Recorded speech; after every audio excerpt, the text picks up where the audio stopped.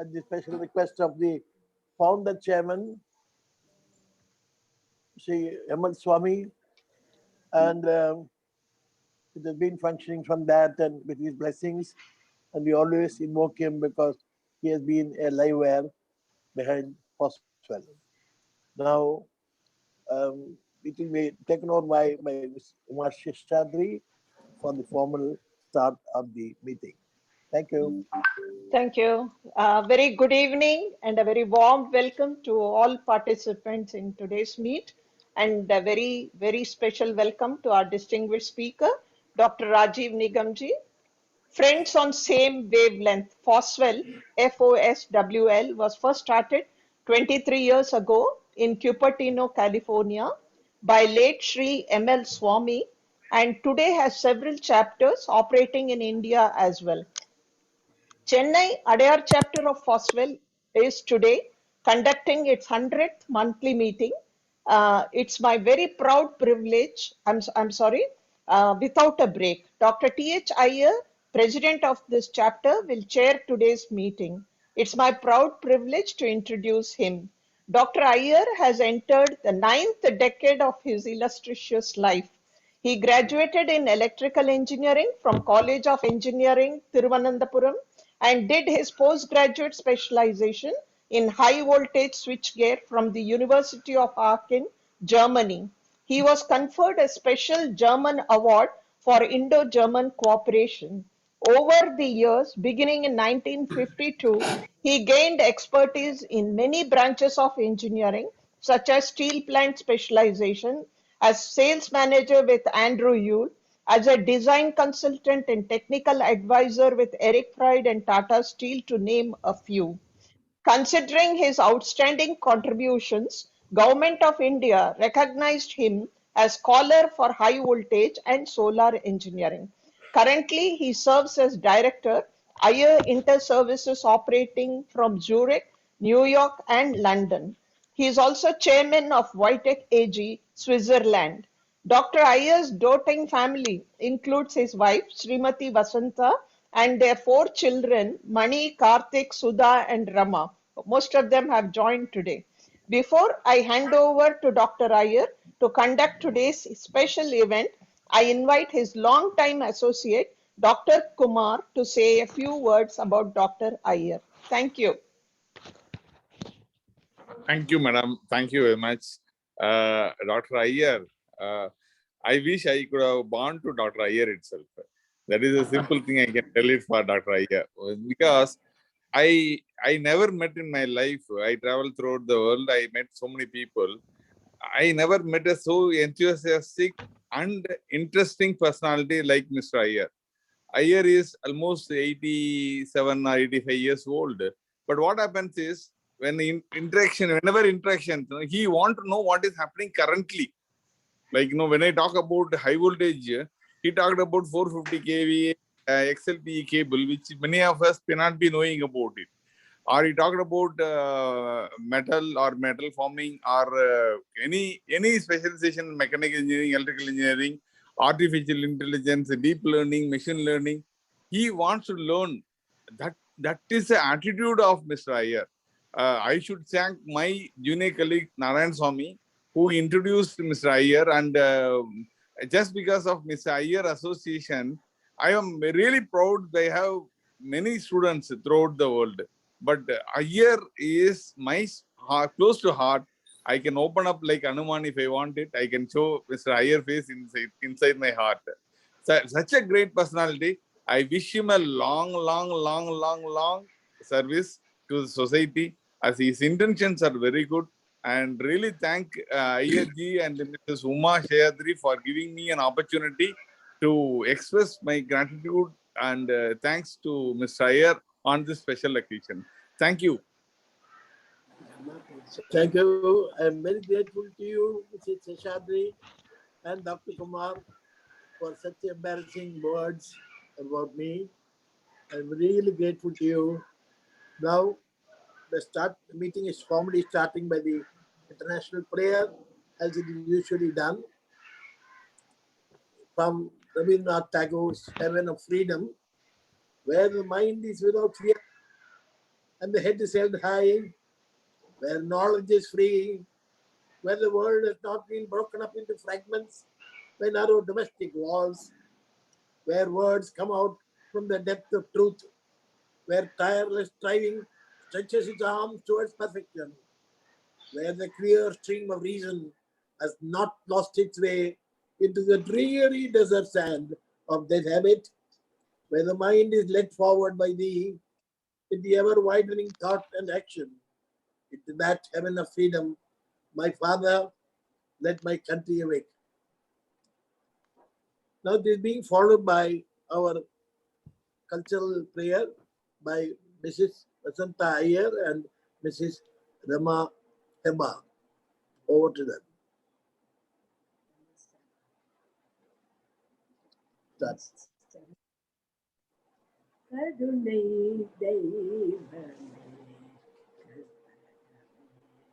காணவேலும் நின்றன் பொற்பதமே கருணை தெய்வமே கற்பகமே காணவேலும் நின்றன் பொற்பதமே ஆனந்த வாழ்வு அளித்திட வேண்டும் மன்னையே உந்தன் அருள் அன்பு வேண்டும் ஆனந்த வாழ்வு அருள் அன்பு வேண்டும் அன்னையே உந்தன் அருள் அன்பு வேண்டும் நாள் முழுதும் தொழுதிடல் வேண்டும் நலமுடன் வாழ அருளல் வேண்டும் கருணை தெய்வமே கற்பகமே காண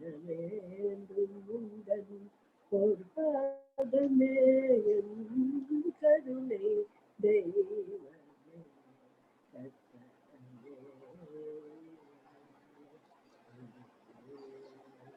Thank you, Mr. Iyer. Somehow it looks Mrs. Rama Halbar could not join.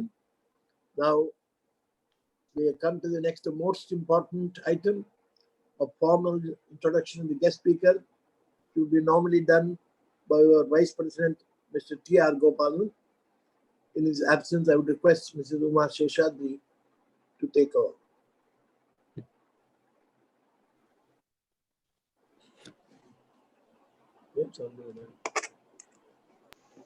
Yeah. Good evening, everybody. Actually, it's a proud privilege to introduce Dr. Nigam. I'm really so thankful to him for accepting our invitation to be today's speaker.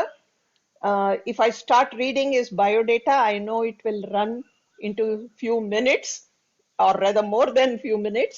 So let me just quickly go through. Dr. Nigam is an emeritus scientist and former head Geological Oceanography Division and head Marine Archaeology Unit of the National Institute of Oceanography, Donapaula, Goa. And he has done his MSc Geology from Lucknow University and Diploma in Marine Micropaleontology, Oslo University, Norway. And he holds a PhD and a DSc Geology in Geology from Aligarh University. His areas of interest are marine geology, micropaleontology, I don't know whether I'm pronouncing it correctly, paleoclimate, sea level changes, paleomonsoon, marine archaeology, pollution studies, and paleofisheries. He has, to his credit, more than 160 scientific papers. He has edited 8 books and about 37 technical reports are to his credit. He has popularized science and he has written several articles in Hindi also and has given talks, radio talks, in order to popularize this subject. He has citations which are much greater than 3,600, and he has several awards to his credit. I'm just reading a few of them. He is a CSIR Young Scientist Award and Outstanding Young Person Award. And then he has Krishnan Gold Medal, M.R. Sani Memorial Lecture Award. Ministry of Earth Sciences, Government of India has honored him. Then we have the Chinese Academy of Sciences, China. Then H.N. Siddiqui Memorial Award, S.N. Balla Gold Medal for Excellence in Micropaleontology, and Chanakya Award. And we have many more. Actually, I am going through most of them actually. Okay. And then he is a member of several, he's a council member.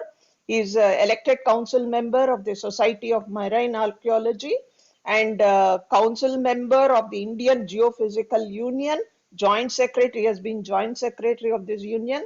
He has been elected as council member of the Paleontological Society of India and had been its vice president. He is in the organizing board of member of several universities like Board of Studies Geology, Bombay University, Board of Studies Marine Science, Goa University, Board of Studies Hydrography, Goa University, Studies in Geology, Bharatidasan University, Ocean Science and Technology Cell, Ministry of Earth Sciences, New Delhi, RAC of the Birbal Sahani Institute of Paleontology, Lucknow, and so many more. Governing body, Wadia Institute of Himalayan Geology, Dehradun, governing body, Birbal Sahani Institute of Paleosciences, Lucknow, and so on. So, thank you so much, Dr. Nigam. I mean, I could not do full justice. I could not read out all the things that has been mentioned. And now I hand over to Dr. Iyer. Dr. Nigam, it is indeed a pleasure for having you with us today. And I've heard a lot about you through Mrs. Uma Sheshadri. Today is the occasion where we're going to listen to you and benefit by your wide knowledge. Let me now, as president of the FOSWL Meeting chapter. Thank you, Dr. Nigam. Now, Dr. Nigam will present his speech. Okay, so nice of you. A very good evening to all of you, especially Dr. Iyer, the president, and then Dr. Gopalan, who unfortunately could not join, who is the vice president, Sri Narayanan, the secretary, Srimati Gomti Shivkumar, the joint secretary, and Shri Balaji, who happened to be the treasurer of this organization. Welcome to all of you this evening. I was delivering a lecture at Mumbai for Women Scientists Association of India, and Dr. Uma happened to be in that lecture. And that was the reason that she invited me. And when I came to know that she is calling from Chennai, that was a special reason to accept the invitation. Why it is so, I will tell you, but before that, let me start sharing my slide. And I apologize to you because I will not be able to go through the slideshow mode because of some technical and program. So we'll go with the normal mode.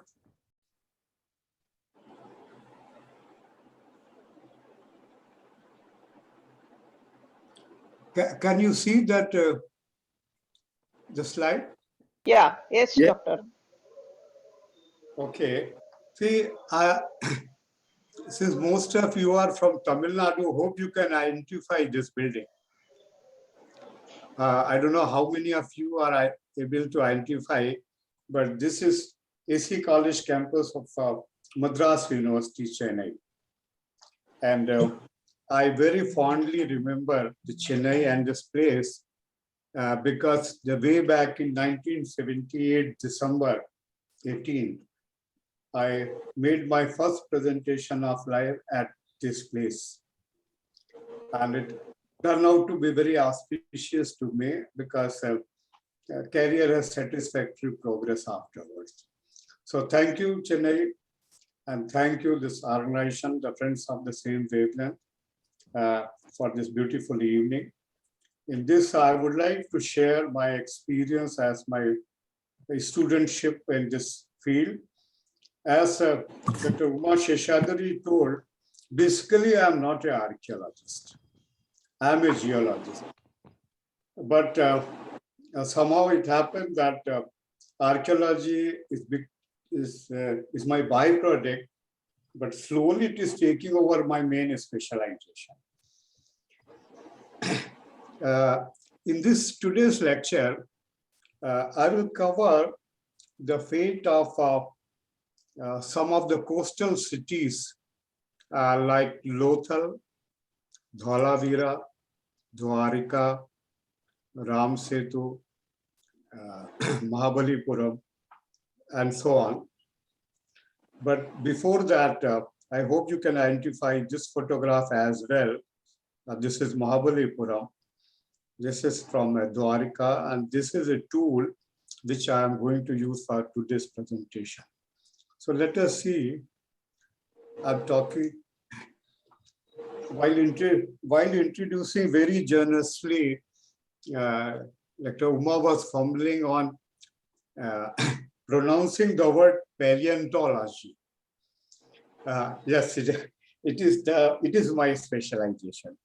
Paleontology means the study of the past life. Okay, it's a branch of geology. And in paleontology, there are two branches.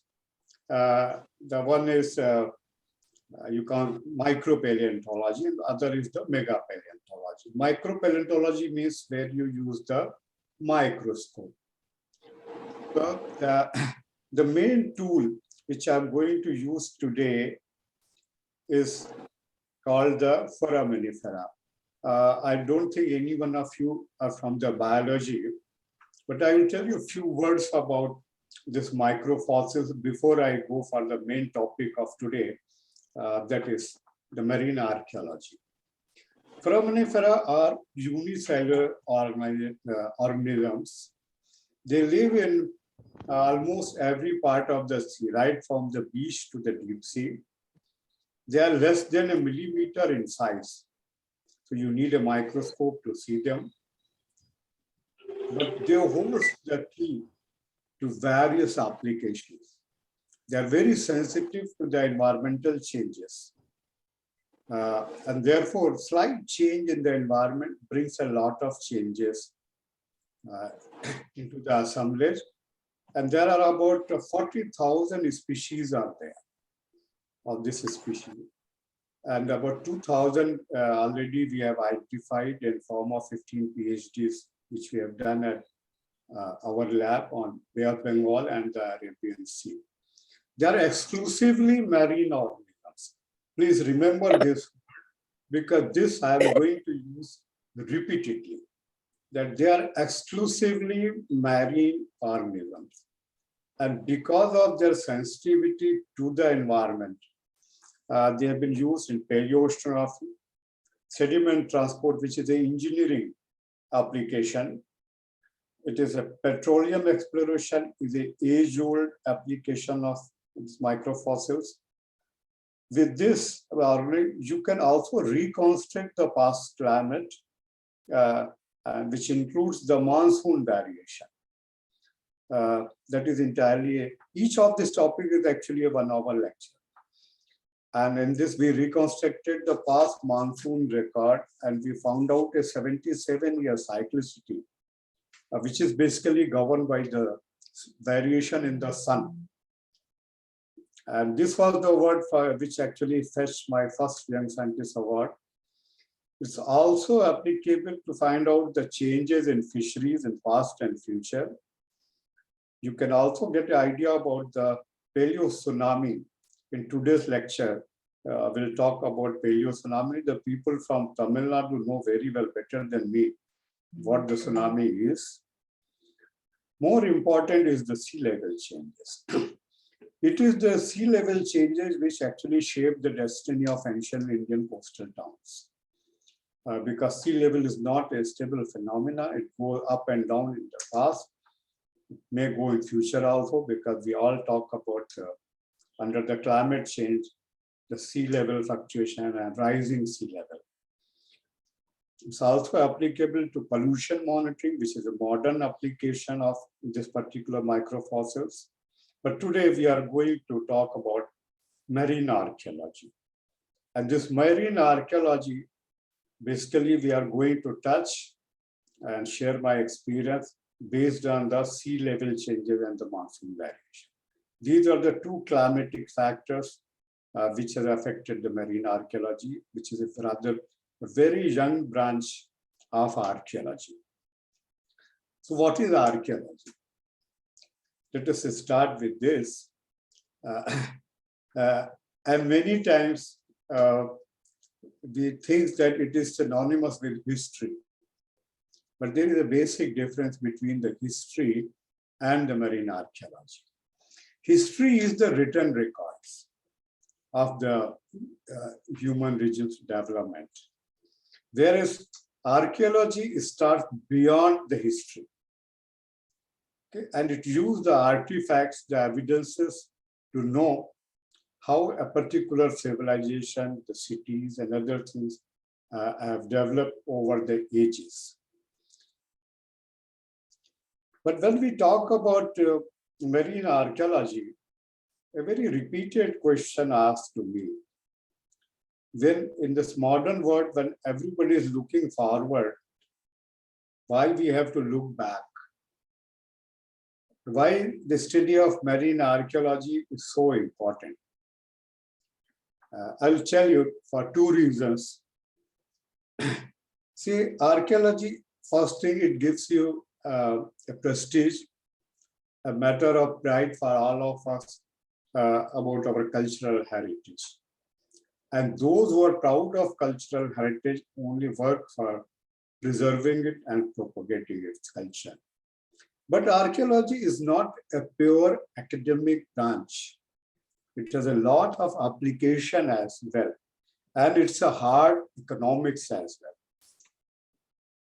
See, because tourism is inherently associated with the archaeology. Because earning through tourism, the foreign currency is becoming a big game worldwide. Couple of countries are economy widely depend upon the tourism. But in India, if you see the tourism, I have just picked up from the net some of this data. The top revenue generating monuments in India are Taj Mahal, Agra Fort, Qutub Minar, Fatehpur Sikri, and Red Fort. And here it is, you can see the earning. I think this data is quite old, 13 and 14. And if you see all these monuments except the Qutub Minar, they're hardly about 400 years old. Qutub Minar is about 800 something. And all are Mughal period. I think in India, the emphasis on tourism is only miss the Mughal time monuments in and around the Delhi. Taj Mahal means Agra and Delhi. So any foreign tourist comes, most of the thing, you can see the foreign exchange earning also here. And this is very surprising, need to be changed also. Because why we are so concerned only with about 300, 400, 500-year-old building when we have wonderful monuments which goes into the thousands of years. But if you see the earning, is Taj Mahal, Qutub Minar, Agra Fort, Humayun Tomb. They are earning the maximum. You can see for this side, it is all the Mughal time monuments, and see the difference. This is Mahabalipuram, Konark, Khajuraho, Hampi. Hampi is such a wonderful place, just going to 3 crores only. This is data for 2016-17. Whereas we have the world's oldest dockyard within our territory. I will share my experience with you, where it is and how we say that. The world's oldest evidence of tsunami. Good evening, sir. Hello. Anybody talking to me? I request the audience to please mute their mic unless they have to talk to me. If you want to put any question, you are free to unmute your mic and you can ask the question anytime, most welcome. So I will just come back to the presentation. So when we have thousands of year-old things, why we are giving an overemphasis on only Mughal period? So we can actually, and you can see here, none of these 5 top earning monuments are from South India, and beautiful temple. Ramappa temple recently has been declared as a World Heritage. Dholavira in Gujarat has been declared as a World Heritage, but this is not into the list of earning monuments. So how these things, so we have to add to the older monuments, and it is possible through marine archaeology. So things are not same. It is changing now. That I'm very happy to see that the trend for change has already started. While presenting the 2021 the budget of India, the Finance Minister, Nirmala Sitharaman, has mentioned the 3 places, which is Rakhi Gadi. Rakhi Gadi is here. If this is India's map, Rakhi Gadi is here. Dholavira and Lothal. She says that we must remember, and she's going to emphasize much more studies to be done, and government's attention will be there now. Now you see that Dholavira is here in Gujarat, Lothal is here, and Rakhi Gadi is here. And these are the 2 places from where the archaeology in India started. This is Harappa, and this is Mohenjo-daro. But today, out of this monument which Mrs. Nirmala Sitharaman mentioned, I'm going to take only 2, the Lothal and Gujarat, not the Rakhi Gadi. Of course, Rakhi Gadi is turning out to be a very big site. Professor Vasant Shinde of Pune now actually excavating and doing the DNA studies of this place. But being a marine geologist and archaeologist, I will be handling my jurisdiction is only where sea has played a role in shaping the destiny of coastal town. So I will be discussing these 2. And this part of archaeology where sea has played a role comes under the marine archaeology. And in India, the marine archaeology started with a very legendary person from Karnataka, Dr. S.R. Rao. It's interesting to know about him. I will tell a few words before I go to the subject. Dr. Rao was an archaeologist with the Archeological Survey of India.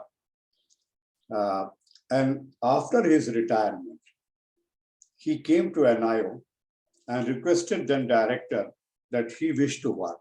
See, he's a classical example that after retirement or academic life don't end. Rather, you can do much more good things after retirement. So after retirement, he came to NIO and started with just 20,000 rupees from INSA. He started the marine archaeology. And with the help of the geology people, he came alone. But and I must thank the directors of that time who thought it fit to invite him to NIO and allow him to work on marine archaeology, which is not possible now. So Dr. Rao actually, why he came to NIO?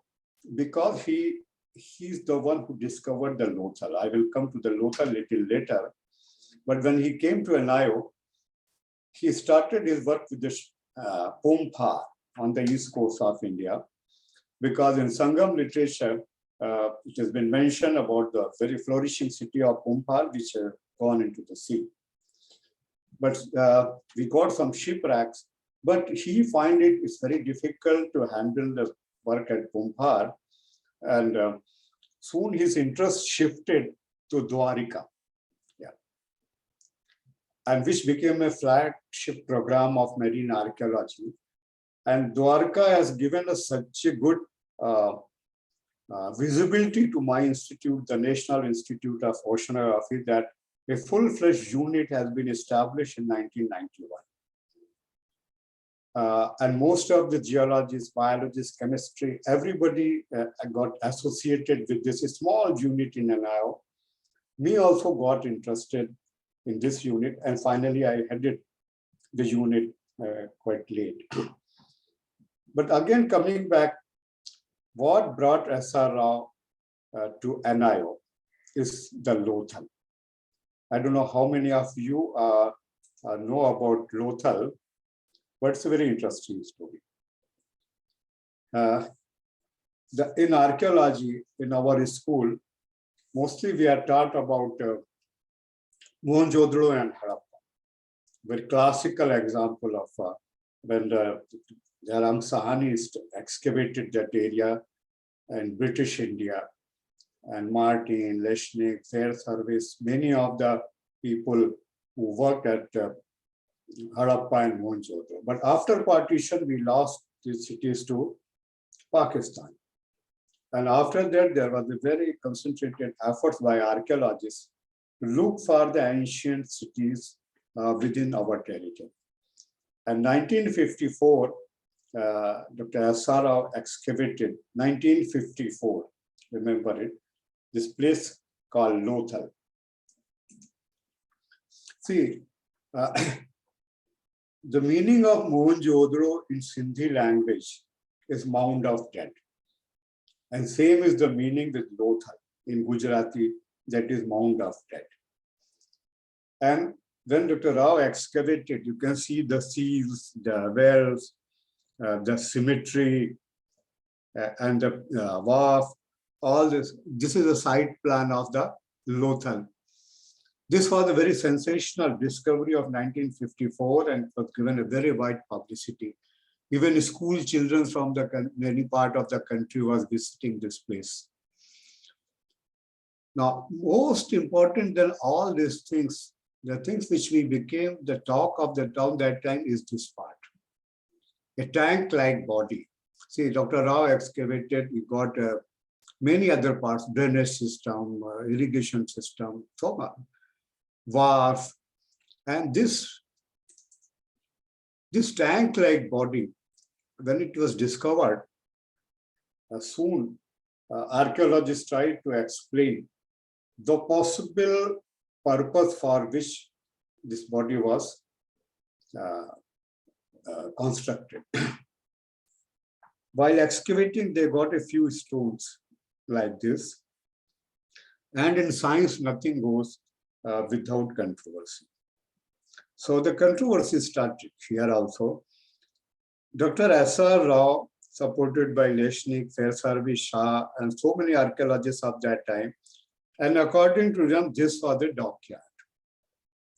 Before that, I will tell you, in Lothal is about a few kilometers away from the present sea. It is few meters above the present sea level. Okay, so right now it is not connected to the sea. But Dr. Rao and some of them decided that they say it is a dockyard. And according to them, this is a oldest dockyard, about 4,500 year old dockyard. Whereas, and you can see a picture view of this is a Lothal city and this is a dockyard.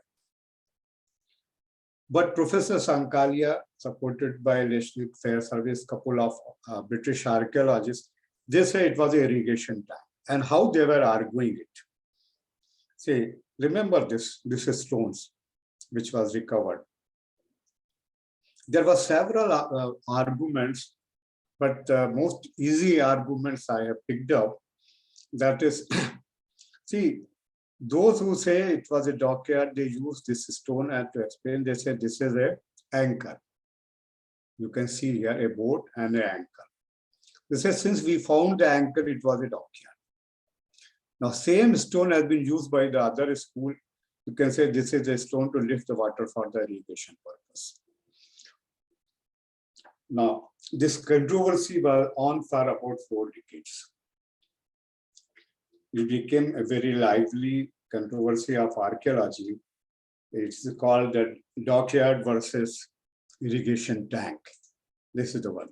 The tidal dockyard or a freshwater irrigation tank.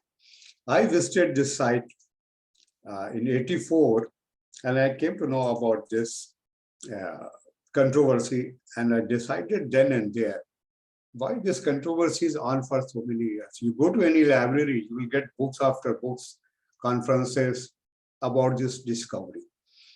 See, this is another classical example that because archaeology was arguing with the archaeologist. When one branch people cannot get an answer, they must approach some other people from some other branch, and let us be a very integrated approach. So I decided to do something, and what I did, I collected the samples from the bottom here because the excavation was there. And when I analyzed these samples in my lab, I found a well-preserved population of foraminifera. I presented this work in 1988, the first international conference on the marine archaeology in Gujarat. See, foraminifera, as I told you, there's exclusively marine organisms. Exclusively marine organisms. So when these are marine organisms, you are finding it into this tank-like body, it must be filled with the brackish water or marine water, and definitely not a freshwater irrigation. So this has tilted the argument in favor of a dockyard. Now, few more, and if it is a dockyard, we must be very proud of ourselves. Very proud because this happened to be the oldest dockyard ever discovered in the world, which is in our territory. But few questions remain to be answered. If it is a dockyard, what it is doing now on the land? So probably this part was connected to the sea about 4,500 years back.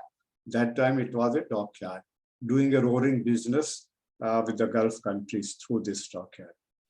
And then somehow the connection got cut off from the sea, and it became an extinct city, an abandoned city, became a part of the marine archaeology. But few questions remain to be answered. If it was connected to the sea, what is the proof it was connected to the sea? It means we must know about the sea level. So there's Anirudh Khadkekar. He was in Agarkar Research Institute, Pune at that time. He has done the remote sensing in this area, and he has found out, he published a paper in Antiquity, and this channel through which it was connected to the sea, he found the evidences of this channel. So now we have a foraminifera which say it was filled with the marine water. Now we have a channel. But where is the sea? Because sea is quite far from this place. It means we must know in the past few thousand years how sea has fluctuated. So where are the evidences of sea level fluctuation? I remember, probably all of you also must have read in your primary schools that sea is not changing its limit. Samudra apni maryada nahi todta. Even our Prime Minister, when he visited with the Chinese Prime Minister, the Mahabalipuram, he wrote a poem. There also he told, Samudra apni maryada nahi todta. But it's not true, sir. Sea always kept changing its level. Okay, and evidences are everywhere. Let us start from evidences of past sea level changes in religion. In Gita, it is mentioned that sea level will increase and it will submerge the city of Dwarika. In Quran and in Bible, everywhere the story of the Noah's Ark is there. Because Hazrat Noah was building a boat in a desert area, and he was ridiculed that, look, this man is building a boat in a desert area. Funny. But probably he was aware that sea level is going to be there. Not going to that, even as a student of geology, we all know, maybe many of you also may be knowing, where the mighty Himalaya stands today, the highest mountain here. This place was a sea. that time. See, because India was shifting towards north, and when it collided with the Asian plate, it's a theory of plate tectonics. The Himalaya came up and the Tethys Sea disappeared. And since most of you have an origin in Tamil Nadu, the large part of Tamil Nadu was underwater during Cretaceous. It's a very famous, the transgression and regression, Cretaceous transgression regression of the sea. Large part of Tamil Nadu was under the sea. Even on West Coast, Surat and Bharuch was under the sea. Even a branch of sea was reaching up to the Madhya Pradesh. But we are, for the study of marine archaeology, we are not interested in such a older time. We are interested what happened in the last 10 to 15,000 years, which is a very important time for human development in our territory or in the subcontinent. See, this is the sea level curve. You can see they have been published for different part of the world. And this is the present sea level. Sometime it was lower than present sea level. Sometime it was higher than the present level. Now here I must tell you, when I'm talking about sea level changes, it's a relative sea level changes. Sea can also go and up and down. That I will discuss how. But land also can go up and down. So even if land is going down, you will apparently feel that that sea level is going down. It's called the neotectonics. So the relative sea level, when we talk, along with sea level tectonic is also a part of it. And therefore, since land and sea movement both are concerned, we cannot use, see, these are from different part of the world. So at international level, it is told that the sea level curve prepared for other regions cannot be applied in toto to the other regions. So we need to generate our own curve. But in India, the situation was not very good. Okay, long back, Dr. Rajguru from Pune, Dr. Nair from Goa, they tried to build a curve with 3-4 points only. So we decided to generate a curve for our area. Now, how to generate a sea level record of the past? See, this I picked up some examples. See, if you come to the sea, Goa and go to very famous spot where our institute is there, Donapada, you can see this notches. Or this is sea cave. See, when sea, what it does, it is eroding the rocks. Okay, so it leaves its impression where the level is. And if sea level go down, it will leave behind the signature that sea presently sea is somewhere here. Okay, so a couple of meters above the sea level was here.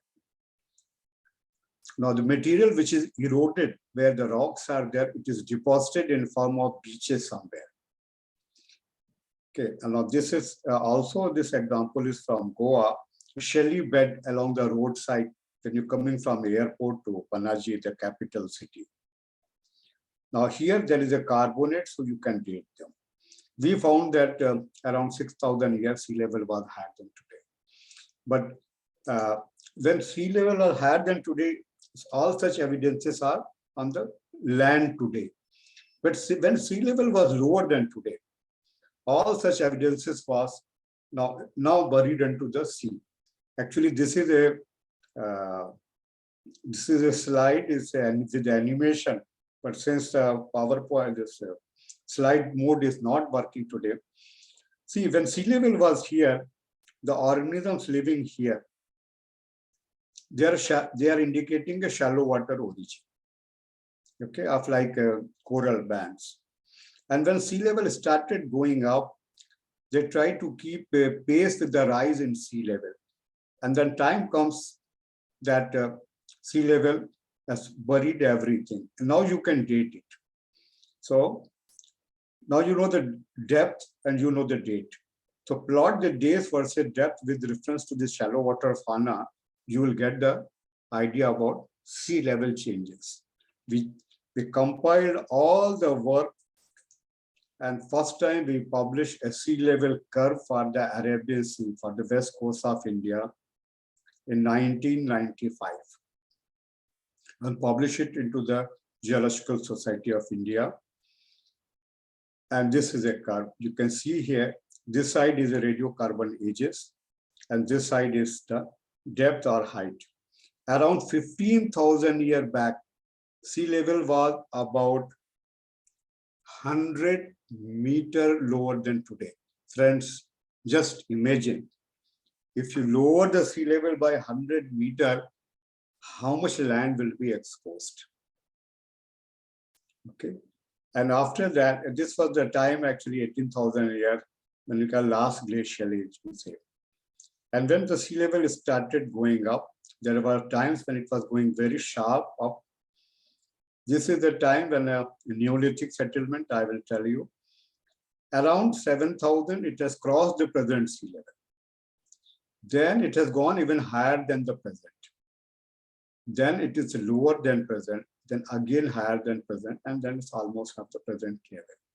Now, Lothal, I told you, around 4,500 years back, it was a port town with a very good dockyard there.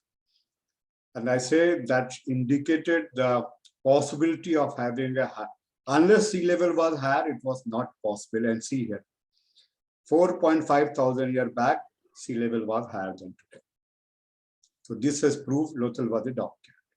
Now moving to the another very famous archaeological discovery of the ancient time of Dwarkadhish. Krishna is played a very important role in shaping our character in India as a Lord Sri Krishna. And his famous temple is the Dwarkadhish. But see, Dr. S.R. Rao, this side, if you see those who visited Dwarka, outside the gate where a police chowki is there, that time there was a panchayat house. You can see the remnant of a panchayat house here. Dr. Rao got the idea that no, below that there is something. So he got a permission, demolished it and excavated. Then you can see the remnant of ancient temple which was buried, and above that a modern house was there. Isn't it very surprising and very interesting? So it means the ancient temple, the present Dwarkadhish is a modern temple, you can say. But ancient and nearby is here. And according to Dr. Rao, kept on excavating and said there were 6 temples. It means probably the sea level kept fluctuating, okay, and they kept changing the site of the temples towards the land. This has reminded me the Mahabharata, where it was told that Krishna's Dwarka was submerged. So he thought of why not we should go into the sea and see is there anything remaining, and is there any evidence of ancient Dwarka. And this was a flagship program, 20 years our scientists work in this area. And then you can see this is stones, and these stones are kept in a very systematic manner. They're showing and they're presenting you an idea that just the submerged Dwarka did exist. But friends, nobody built any city into the sea. Okay, it means Dwarka must have been built when sea level was lower, and this part of the land area was a land. Krishna also told that the city of Dwarka was built on a reclaimed land. You can reclaim the land only when sea level was going lower and leaving behind a marshy land, like a Bombay reclamation in today. Okay, so Dr. Rao found out the age of this place, Dwarka, and according to him, it was 3,500 years old. It means around 3,500 years old, this must be the land. And after that, when sea level has gone up, this became a submerged city. There, now you have seen 2 examples. Lothal sea level was higher, that time the city was built and it became out of use because sea level has gone down. Whereas Dwarka was a city when sea level was lower, and it became an abundant city because it was submerged, sea level has gone up. So how sea level support this interpretation? Let us see. What was the condition of 3,500 years back? See here, 3,500, sea was lower. Okay, so when sea level was going, it was possible to reclaim the land. But when sea level reversed and started going up, it became a submerged land. Interesting. So this also support in the model, it has a lesson. If you go too close to the city and start building or investing in a low-lying area, sea has not pardoned even Lord Krishna, it will not pardon the modern man. That's why Government of India proposed or implemented the CRZ rules, where they prevent the 500 meter from the present sea line, no construction area. Many citizens think that this is a rule which is hindering the development, but no, this is to safeguard our property in view of the likelihood of sea level rise due to the global warming. Now I move to with this to another important site, and this site became a very famous recently because the UNESCO has developed it as a World Heritage Site of Dholavira. You can see it is a very famous site in Gujarat, in Kutch area. It's our team which has excavated, done this area. Dholavira, it is here. You see, it's a Harappa here, Mohenjo-daro here, and Dholavira is there in Rann of Kutch. And this site was very famous for this portion. This is an excellent, world-famous water conservation system is there. This is a site plan of Dholavira, and these are the water conservation areas. Because this is a water stop. This is Mansar and Manar, the two small streams are there, and between them, this developed. And through this, whenever water is available, this reservoirs to be filled for using for this very important site. And it is told that it was a port site. But there is no sea right now. Sea is quite far from here. So how it is possible? And this is about 5,000 to 6,000 years is the age of Dholavira, which is told by archaeologists. And see here. Sea was higher than today, 6,000 years. 5,000 to 6,000 years, sea level was higher. It means Dholavira was also connected to the sea, and it was a port town with Saran as a landing point. Now, friends, there has to be a little difference between a landing point and a port city. For example, if you see in Goa, Burma, Goa is a port, but Vasco is considered to be the port town. Like Bombay, Bhauch, Dhaka is an area of port, but main city is Bombay, little far from it. So they never put their wealth at the landing point. So safeguard. So in this case also, but along with this excellent water conservation system, this area is famous for one more thing.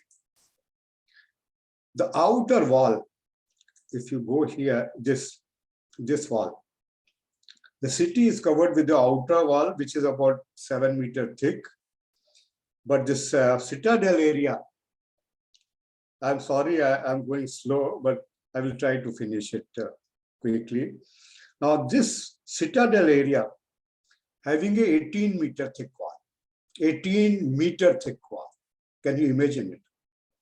So what could be the purpose of it? Dr. S.R. Bisht, who excavated this area, got a Padam Shri for it. See, it was told that time, it is constructed for prevention. So I asked this question, prevention? Prevention against whom? Protection against whom? Animals. For that 1 meter wall is enough. Animal against enemy. So at that time, what was the ammunition of the enemy?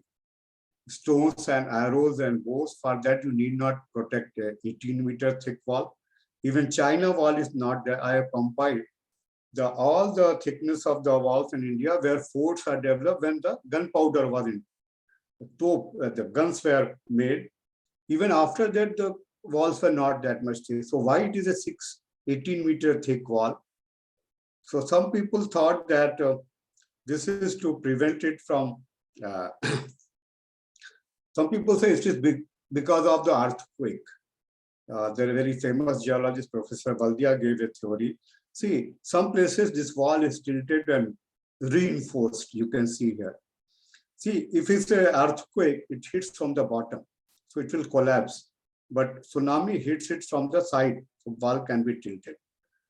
So what we say that this 18-meter thick wall was built by ancient Indians to protect themselves from the tsunami, because this Dholavira happened to be on the Makaran coast, which is a earthquake tsunami bound area, and we published this paper, and this is the happened to be the first evidence in the world that ancient Indians were aware of tsunami protection measures.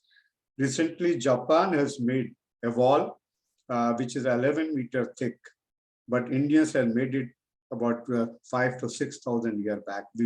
This is another example. We must be very proud of it.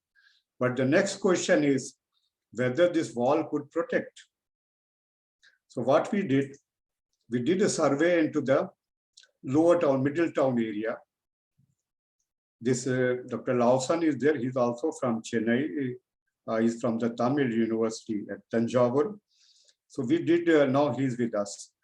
So this is the GPR survey. The GPR give you idea what is buried inside. So when we did a survey, we found a 2.5-meter thick area having no layers. See, normally, whether it is a river sediment, whether it is a beach sand dunes, or whether it is a marine sediment, if they are deposited naturally, they have the layers. But this is morphed. Means like a truckload of sand, if you bring and dump it, it is like that. It means it is one-time deposit. So from where it came, it means it is brought from somewhere and dumped here in 2.5-meter thick. So two possibilities were there. Either it came from riverside or it came from the seaside by the tsunami. If it is brought out by river, it should not contain. We dig a trench here, collected the sample from this layer. Here is a girl, Dr. Rupal Dubey, who did the sampling and work.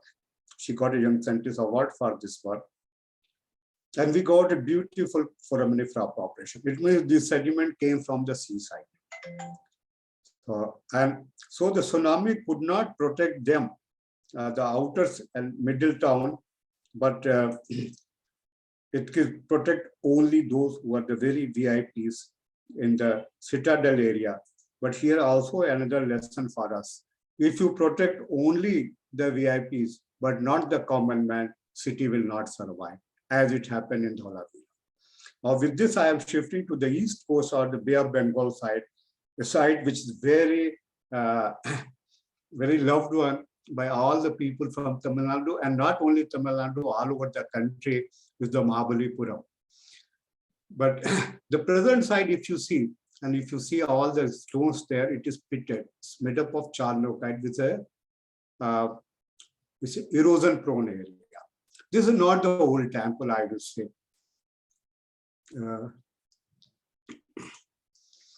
Now, if you go towards north of Mahabalipuram, many of you may be aware of Seven Pagoda stories also with this area, but there is nowhere mention about submerged Mahabalipuram. But we have some evidences and very interesting. I'll take some time to explain. See, we did, when you go to, where is, okay, here. North of Selvakuppam, I think 1.5 kilometer, when this 2005 tsunami came, it has eroded the top layer of the beach. And this portion was exposed, and there was excavation afterwards, and then they found a well-preserved remnants of an ancient town. And these walls are just like a wall of Dholavira, but not that much thick. Okay, just two walls, and in between they fill the rubble to make it the thick wall. It's a Selvakuppam. Next, those who have not seen it, I must request they should go and see it. It means you see present level is here, and this is much lower than the present level. It means the sand came afterwards. Before that, the area was having a temple. So we thought probably this is an indicator. The Mahabalipuram area is a very vast area, and part of it is submerged. it's covered with the modern sand now. So what we did a survey in south of it. And this indication is there that something is buried below this modern beach, the place where people are selling this artificial jewelry made up of shells, that area. And this is a future research. Somebody has to take the idea of digging in this area. I request the Tamil Nadu and the government of India also to do the detailed survey in this area. You will get a buried evidences of ancient sea. So this is a modern temple. This side is buried temple. This side is a buried temple. It means this was a very vast area, a temple town area. Is there any extension into the sea? So what we did a survey in offshore area, this area. And to our surprise, see here. It's an underwater exploration of Mahabalipuram. You can see this stones. Laterite is. Laterite is not available there. It means it is brought from somewhere. You can see these structures. It can be compared with the Dwarka. You can see this is from Dwarka. So it means ancient temple of Mahabalipuram. There are evidences in offshore area. And if you allow me, I would like to say a big discovery is waiting in this area. Probably you can name it like a Dwarka of the south, the Mahabalipuram.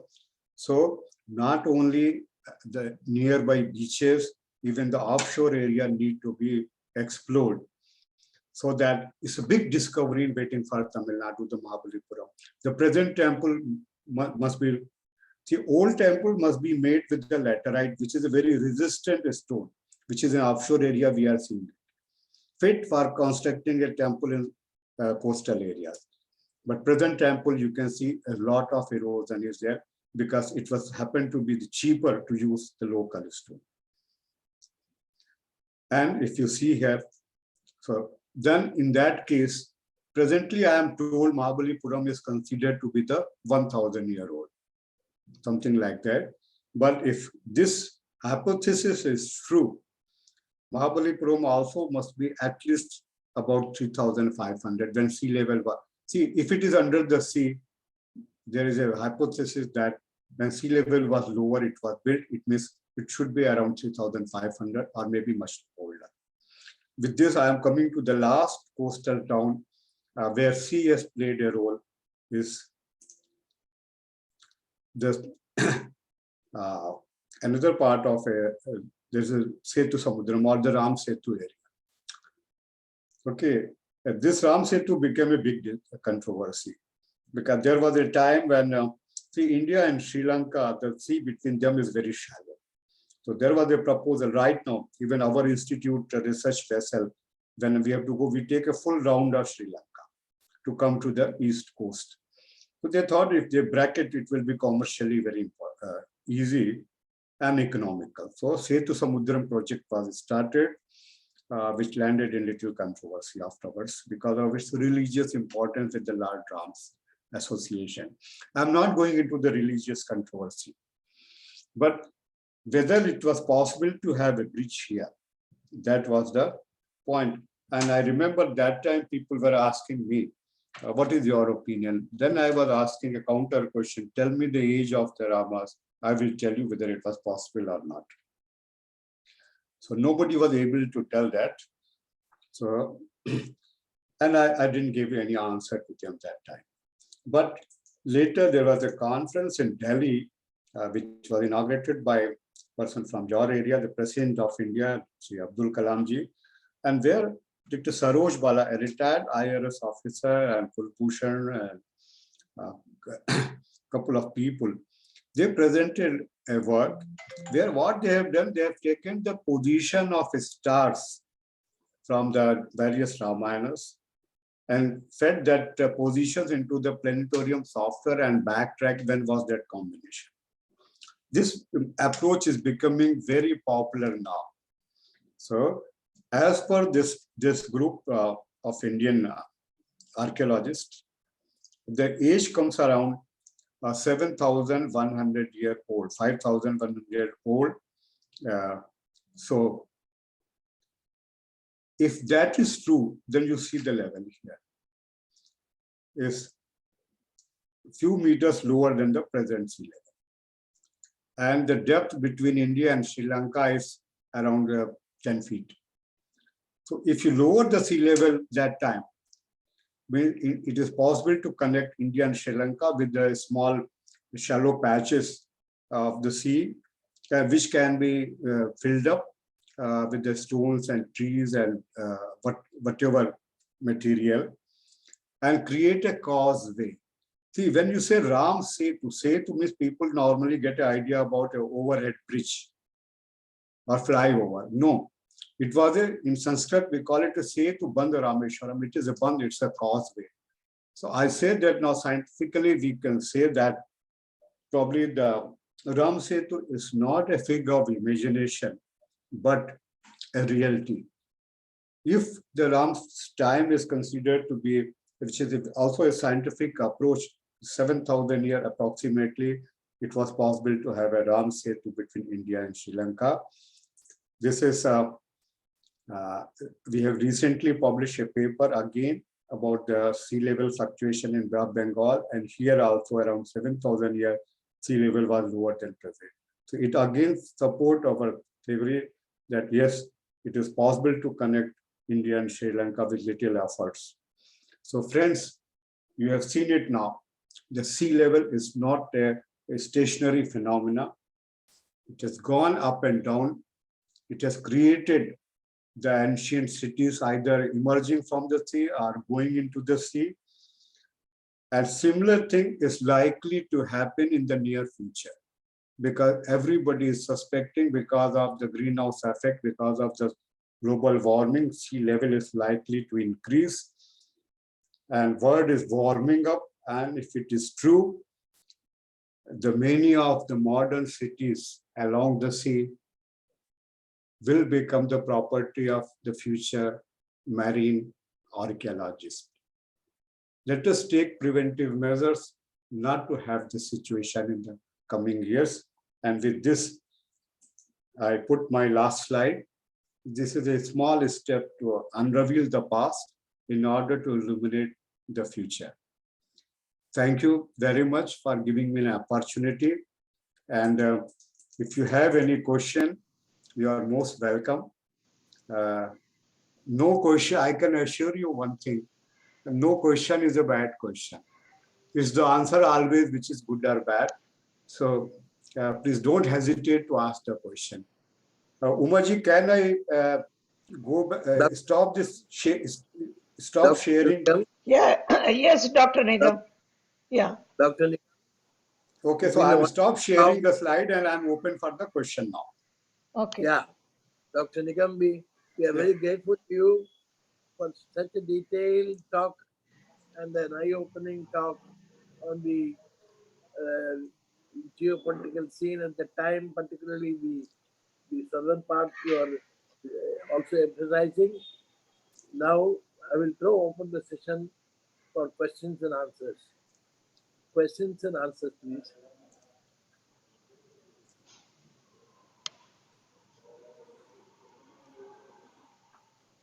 How many of you have seen Selva Kuppam? Okay, let me push a question first. Okay, Umaji. Do you agree with me, Umaji? Yes. You have presented so many details, so we cannot disagree with you. No, in science, there is no last word. Because if it is a last word, it cannot be a science. Science, okay. Okay. May I ask a question, Dr. Ayyar? This is Sure. This is Subarao from FOSWL Hyderabad. Dr. Nigam, thank you very much for a very scintillating presentation, very educative.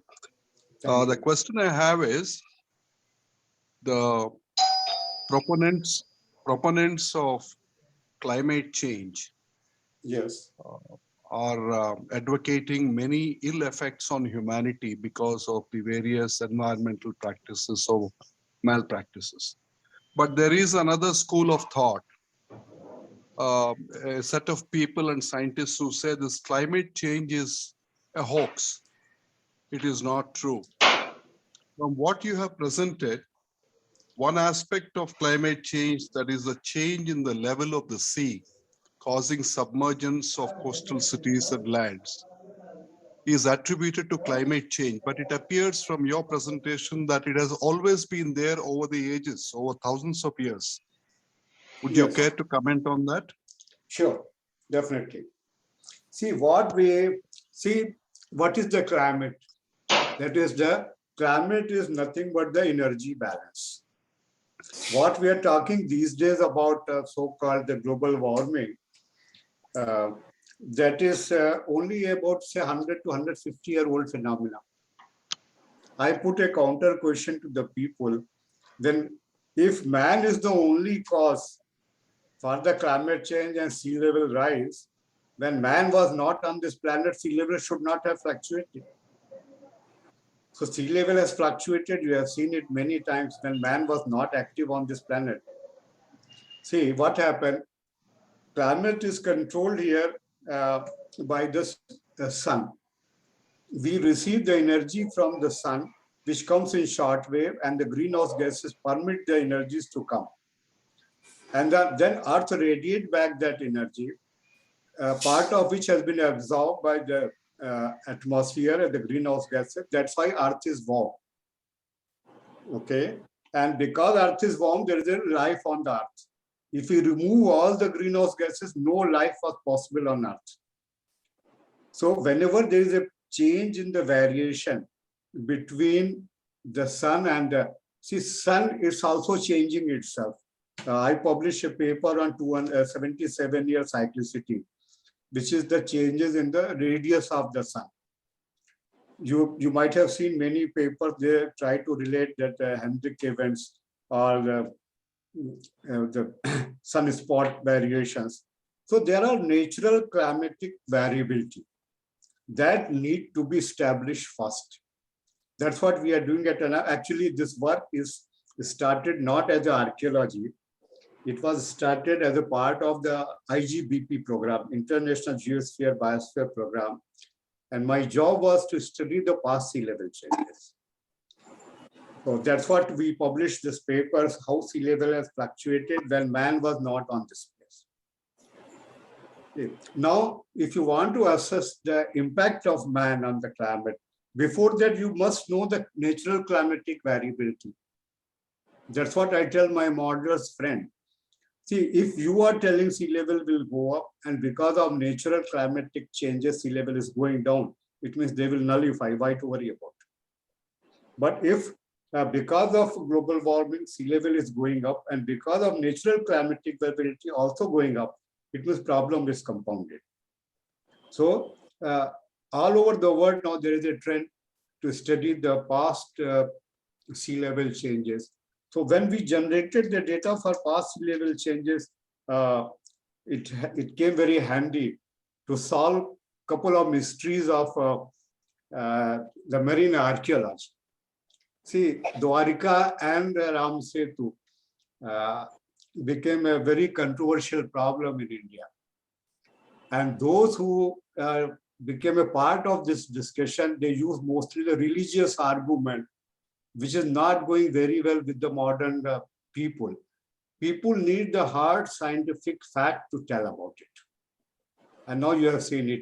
We can explain Dwarika with this climate change, and we can explain even the Ram Setu, also with climate change, and even with Mahabharata also. Recently, the Sinoli excavation is there. So just climate change do control, and man is not the only reason for it. Now, future climate change will work or will not work, only time will decide. Right now, there are some evidences. The United Nations report is there, for which Dr. Pachauri was given, an Indian team was the Nobel Prize for that. That sea level is changing. The only thing to worry is whether it is true or not, the global warming model. Let us not put heavy private and public investment in low-lying areas. Okay, let us avoid low-lying areas. Otherwise, we'll have many Dwarikas all along our coast if we don't do it. So this is my submission. If you have any supplementary question, you are most welcome. No, that's very nice. Thank you. Dr. Nigam, Yes, sir. I'm T.H. Iyer. I have a question for you. Yes, sir. Particularly, people have been warned about future tsunami coming. Therefore, the coastal area of Besant Nagar, etc., they are warning that those buildings can get submerged if a tsunami occurs again. Yeah. How is the threat of tsunami, and how can you help us in guiding? Yes. See, before I go into the modern tsunami aspects, I will tell you the past tsunami aspects. There is a group of archaeologists and scientists who is trying to propagate the idea that Dwarka is not 3,500 but 5,000 year old. And it was not destroyed because of submergence, it is destroyed by paleo tsunami. My submission in that case is different. Because if you take it the Dwarka to 5,000 year, 6,000 year old, then you are apparently coming a time when sea level was higher than today. So you will not go into the sea to build a city. Okay. Second thing, if it is destroyed, then they can't submerge it. So they are telling it is destroyed by tsunami. See, tsunami can come, you people have experience. Tsunami will come, it will destroy the area, temporarily it will submerge, but tsunami water will go back to its original level. So it will not submerge any area. Yeah. So it is not possible. Now we have what actually is required. I have another presentation sometime. If you people ask, I will give about whether tsunami can be predicted. Yes, India deployed a system into the Bay of Bengal. The Ministry of Earth Sciences, Dr. Shailesh Naik was part of it. And but it gives only a few hours warning. Yeah. Few hours warning. So that you can shift the people to the safer area, you can take some safeguard.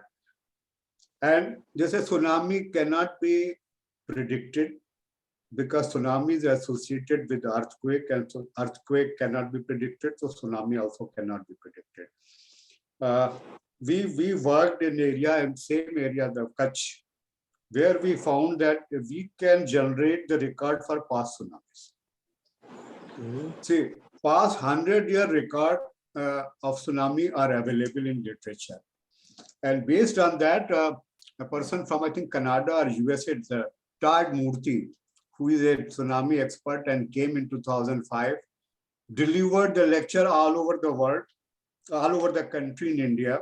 He came to NIO also. And he gave a lecture and he predicted another tsunami will hit. And this time it will be near Bombay or Gujarat. And that was, he told, and now 20 years are over, no tsunami came. Why? Because his prediction was based only on the 100-year record. 100-year record is not good for developing a predictive model. You need the record for last longer time, 2,000 years. And that is possible with the paleontology. And the best site to generate the record for past tsunami is on the east coast of India, like Pulicat Lake or Chilka Lake. See what will happen. Right now, if you take a sediment into Chilka Lake, okay, you will get almost a fresh or brackish water fauna there. But if a tsunami comes, tsunami will cross over and inundate that area, leave behind the marine sediment and go back. Now again, the fresh water. So if you collect a sediment core from these lakes and see the sediment with marine incursion or without that, you can generate the record for past tsunami. This is also a very good topic for the future research. Past tsunami. Sometime if you want, we can talk about past monsoon record, past tsunami record, how to generate it. Because but that actually that is my main area of the research. But it so happened this archaeology lecture became very popular, and I am asking the people to, if you are asking me to deliver a lecture, I will give a lecture on past climate. But everybody is asking to talk only about archaeology because it's having a popular appeal. Thank you very much, Dr. Nigam. Thank you very much. Dr. Nigam, this is Narayan Swami. I have a small question. Yes. It is a very interesting presentation. I would like to understand how all these data is stored, because ancient days, you say that we have 100-year-old data or maybe at the max 200-year-old data, because data, the format of saving data keeps changing every time. When I joined school, we used to have the floppy drives, maybe in my 10th class. Then it became smaller floppy drives. Then it became CD. It became a pen drive, SD card now, and then a micro SD card. So I have myself seen in the last 20 years, there are 7-8 formats in which the data is saved and retrieved. Unlike our ancient Vedas, where the chanting becomes a very important aspect of Vedas, and that is the way it is carried forward for generation. Even if a lot of our ancient schools are burnt and by the Britishers or by the occupiers in the earlier days. So what is the methodology that you adopt for saving all this data to carry forward for the future generations? See, there are two different things. The data for the future, you people are the best people to decide what we are generating, how you want to preserve it for the future. But more important is how to get the data of the past. How you can say something has happened 2000 years back. When I say sea level was lower about 3000 years back, what is the proof for that? And how we are capable of giving this statement?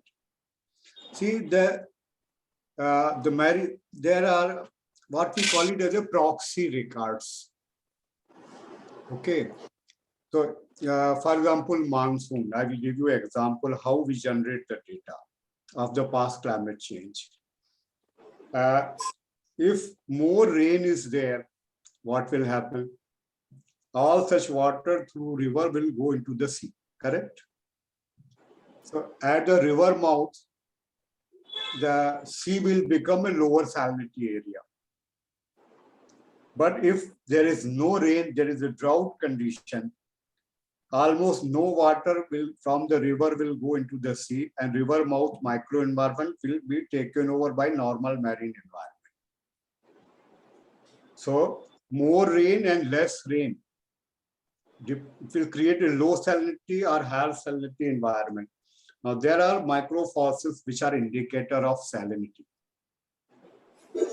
Okay, they live in the water or at the bottom of the sea, and after their death, the shell, the hard part, which incorporate the signal of this changes in form of an isotope, oxygen or carbon or many other isotopes.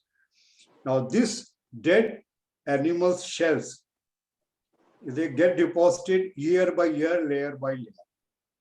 So what actually we do, we go and cut the core. We take a core sample, we make the slicing, you apply the radiocarbon or any other dating method. So you will get this much portion. It is deposited, say, in last 10,000 years. And 1 centimeter will represent, for example, 10 years. Now, if you see microfossils into it, then you say during this time, rainfall was less because I am getting a higher salinity species. So based on that, we generate the record. Now this became a repository of the past data of rainfall. The layered sediment, not only here, the coral bands also record the evidence of past changes. Tree rings, which is called dendrochronology. Tree rings also record the evidences of past climate changes. The ice records, actually this climate research started from the ice cores. the air bubbles which are trapped into the ice. They have studied the isotopes, the composition of that. So these were the natural archive of the data. And what you are telling about the archive of the present data. Okay. And I will tell you the modern tools, including computer, is really very helpful to the scientists, and more modern tools are coming through. You have seen it. I presented when I was talking about Mahabalipuram, the GPR records, ground penetrating radar.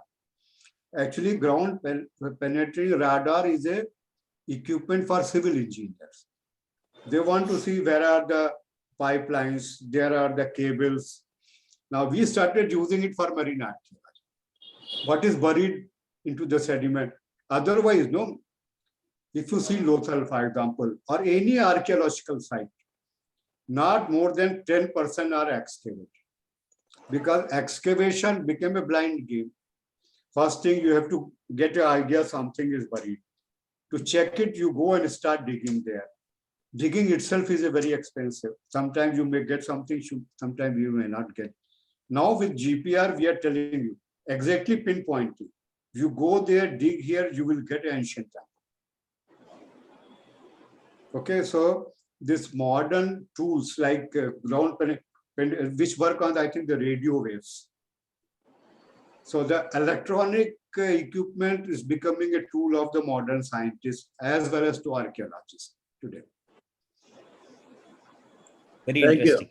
Thank you. Thank you.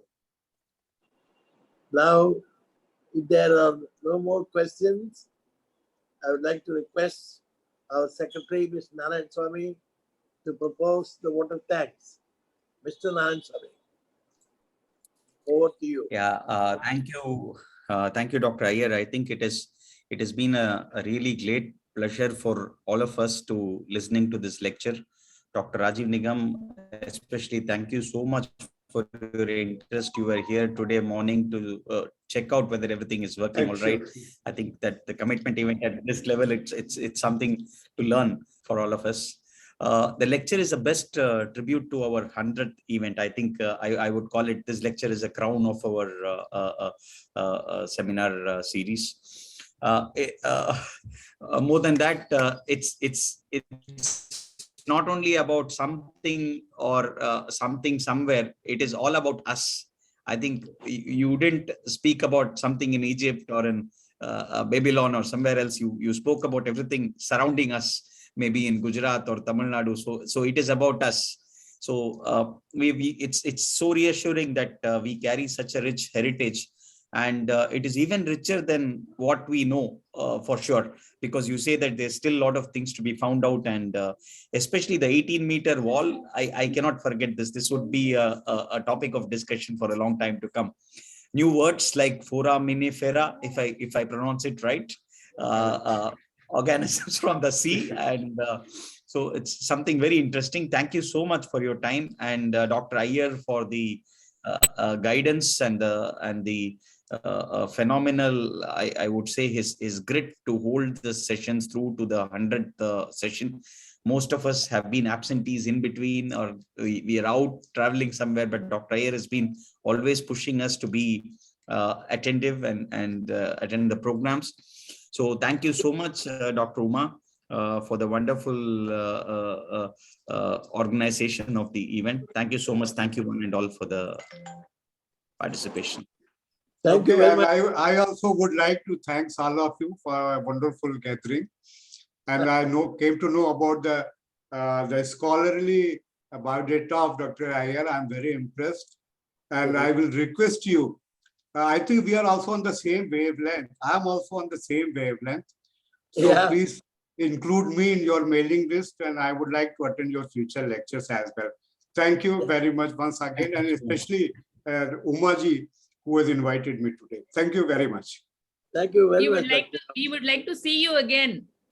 Thank you. Yeah, I'll get the mailing list, your address through Uma Seshadri.